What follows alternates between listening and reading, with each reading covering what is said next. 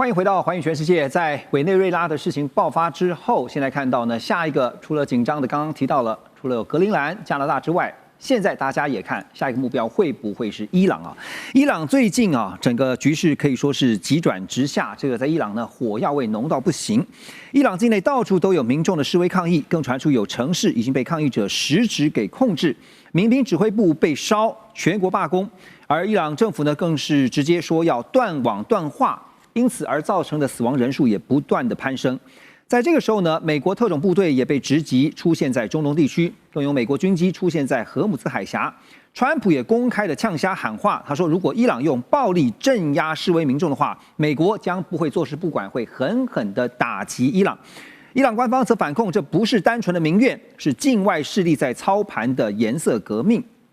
好，现在看到有点熟悉啊，因为我们刚刚提到了委内瑞拉，那这个手法呢，是不是就一开始啊，像委内瑞拉是先扶植流亡势力，然后制造街头动乱、经济封锁，再来是军事恫吓。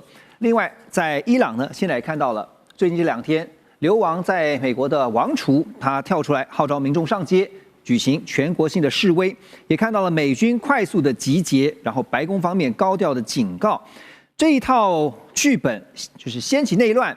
武力胁迫，再扶植代理人，尤其这个代理人是亲美的代理人，似乎现在也好像要在伊朗重新上演啊。可是伊朗毕竟不是委内瑞拉，所以这个相同跟不同之处，老师怎么看？委内瑞拉的模式很难被复制。第一个军事行动对委内瑞拉有效，对伊朗没有效。为什么？因为伊朗不是你抓到一个总统一个领导人，那个政权就崩解了，因为他有好几块势力，他有革命卫队，他有宗教领袖，还有这个所谓的民选政府。换句话说，你抓到中间移除一个人或者是一个势力，并不代表整个伊朗马上崩解，这是一个。第二一个就是伊朗很大。川普总统从第1任期开始，他就非常自豪，他不派地面部队，不派兵海外作战。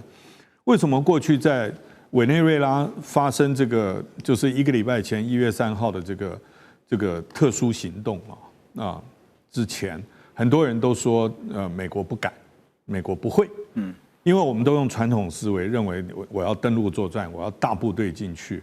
委内瑞拉有很多军人都很会打游击战的。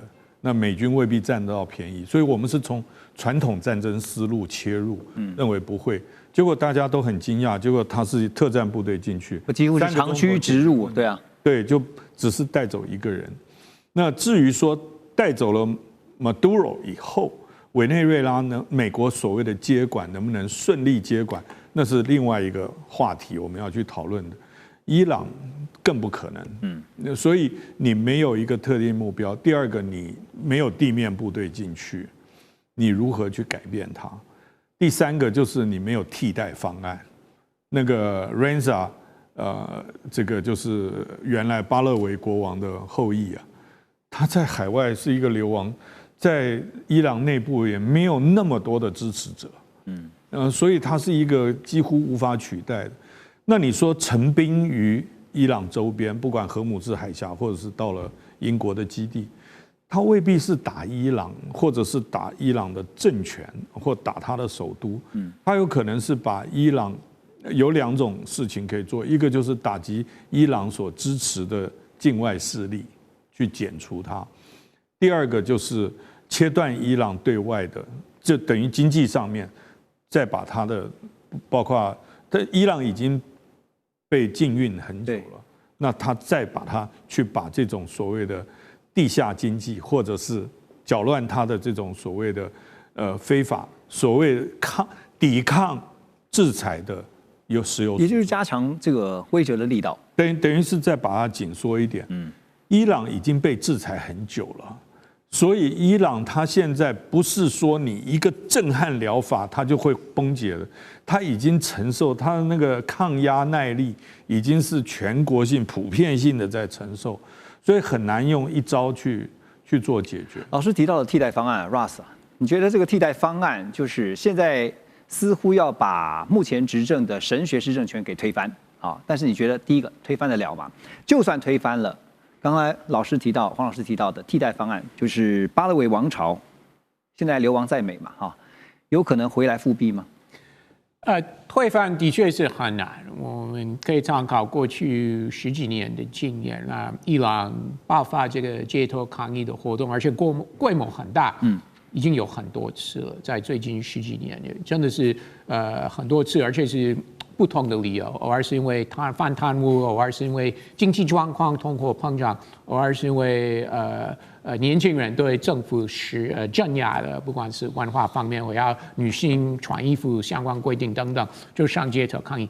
但是每次有这个大规模的抗议活动，这个政府还hold得住他们的政权，但是这个也不等同是完全没有推翻的可能。毕竟1979年伊朗政府被推翻了，所以也是有这个潜力。当然要看美国介入的程度是如何，然后周边的国家，俄罗斯、中国会不会来帮忙他们的这个好朋友？这个也是值得关注。对，你刚刚提到了几次的颜色革命啊，包括刚才提到60年代哈，就是有白色革命嘛，70年代末我特别查了一下荷梅尼的这个黑色革命，然后呢又有伊朗反对派曾经发动的绿色革命哈，所以它有好多次的颜色革命。那但是这次如果真的被推翻，你刚刚说很难哈，但如果真的被推翻，如果要让流亡在外的那个王储来复辟，有可能吗？希望美国不要再玩这个，因为我们在阿富汗跟伊拉克有相关经验，已经有前车之鉴了，不是？在2个国家，美国是安排这个海外人士，回国接政权，那就造成很多当地人非常非常不满意，这个也是可以理解。这些人在海外过得很好，然后国内人士不管是在伊拉克、阿富汗啊，现在伊朗做得非常非常辛苦啊！这些人从华府、纽约、London、Paris、洛杉矶回来，想当总理、总统等等，真的是造成当地人非常非常不满。所以，虽然在过去几天有很多相关新闻说这些上街头示威者有喊欢迎他回来、支持他等等，但是他们讲这些应该是因为他们知道会非常非常惹怒执政者。会让这个政府非常非常不满，就有点像2019年那个时候在香港抗议活动，也有人说英国回来或拿殖民地旗帜等等的行为，但是我相信大多数伊朗人希望国家可以往一个民主有选举的国家方向走，不会欢迎这个人士回来。Okay. 所以我希望美国不支持。好，你希望美国不支持，我就要拉回来问你这个美国人的想法哈，因为我们刚刚讲到了阿富汗也好，伊拉克也好，其实美国都有前车之鉴，尤其还深陷在阿富汗有20年哈，最后你看到也是撤军了哈，所以我的意思是说，有了这些前车之鉴之后，现在在处理伊朗的问题上面，美国会汲取什么样的教训？他会怎么做？当然，美国是可以提供各式各样的支持，不管再次轰炸军事设备，这个也是一个选项。那做什么网络电子的动作也是一个选项，就是要逼神学式政权下台。对，没错。但是我还是相信川普会尽量避免派地面部队，进入伊朗。这个川普知道。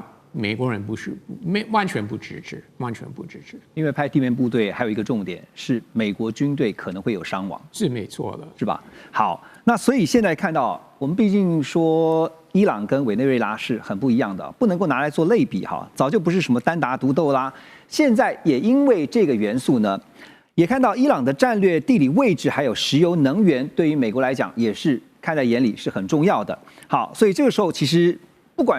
不只是美国，包括连中国大陆，包括连俄罗斯呢，都在看中东未来接下来的局势是如何。所以这个时候，中国大陆所主导的金砖国家已经展开了相关的军演。那伊朗呢，也已经正式派兵参与啊。土耳其左翼政党更是直接抛出了一个叫做土俄伊中联盟，认为可以阻止美国的扩张，而且避免战争。但是其中充满玄机的是，早在去年。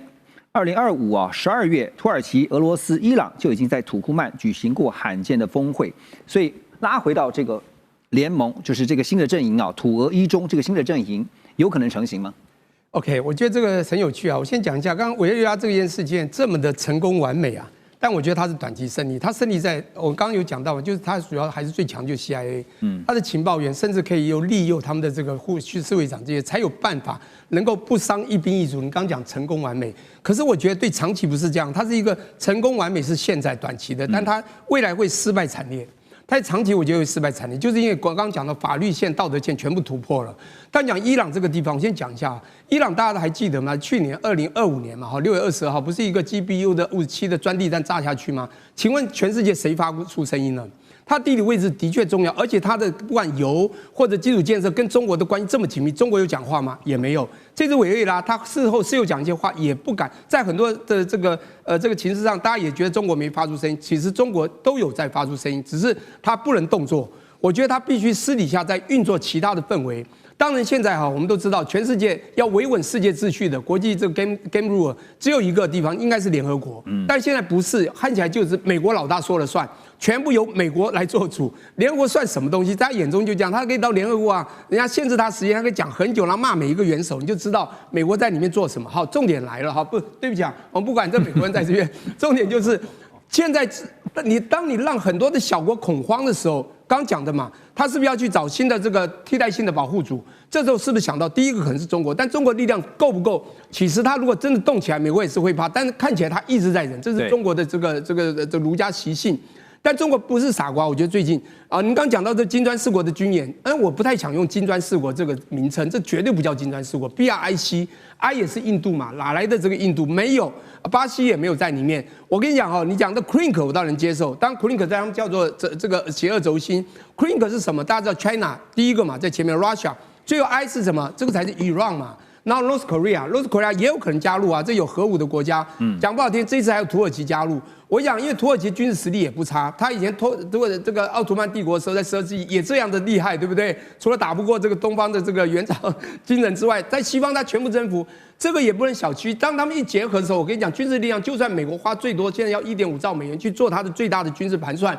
它胜过了其他2到10名，可是这4个国家一加总，我跟你讲，绝对不输美国啦。更何况就算把别的都拿走，就剩中国好了。各位，中国的实力是突飞猛进，是直线上升的哦。美国所有东西都是老旧思维啊！你看 F-16的战机里面的导航系统等等的 ，F-35里面的稀土所需要407公斤的这个稀土，以后拿不拿得到？是所做的东西，制造业已经空洞化，未来怎么去造这些东西，花再多钱，它会事倍功半。而中国相反的，成本低，会事半功倍，量产，成本低，质又好。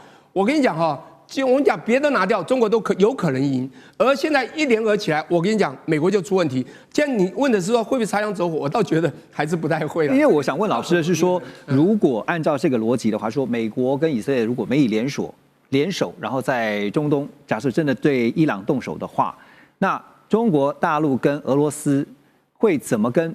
好，美国方面来交手。你看 GBU 57他做了，那时候他在这个加拿大开不是那个 G7 峰会的，马上就说我有重要事情回去，说2个礼拜要决定一件事情，2天就去打。他真的是很大胆，他就是抱着一个说我太自信了，没有一个人敢惹我，我做什么你都会怕我。可是他现在在怕中国。你自己去想啊，多少次他他4月还要去见中国，中国现在已经准备不跟他见面了嘛。非常清楚，中国现在保出另外一种冷战方式，说没有关系，现在我们有我们的底气，我们从头到尾，你的关系战我们就奉陪到底啦，今天就以牙还牙啦。现在当然这不是以牙还牙问题，就是我们用其他的战术来告诉你，美国你是错的，我也不要见你，因为既然我见你，反而拉掉了我们该有的底气。我联合其他也算是不错的强势的国家一起来。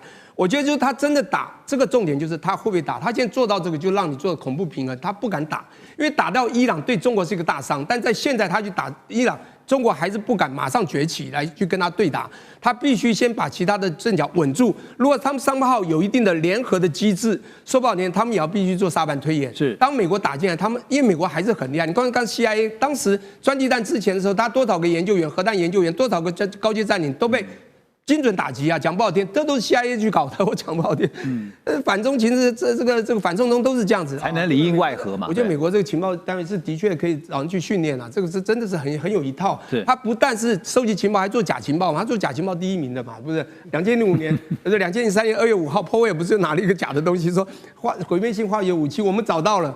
反正就这样子，现在不需要了，也不需要做假情报，由川普一句话就可以打人，知道吗？对，从这个聂老师刚刚的分析，其实是可以理解到说，美国它擅长它的强项是在于说快很准啊，它这个速战速决。但如果这个冲突一旦进到了延长赛，也许就不一定能够占得了上风。我们休息一下，马上回来。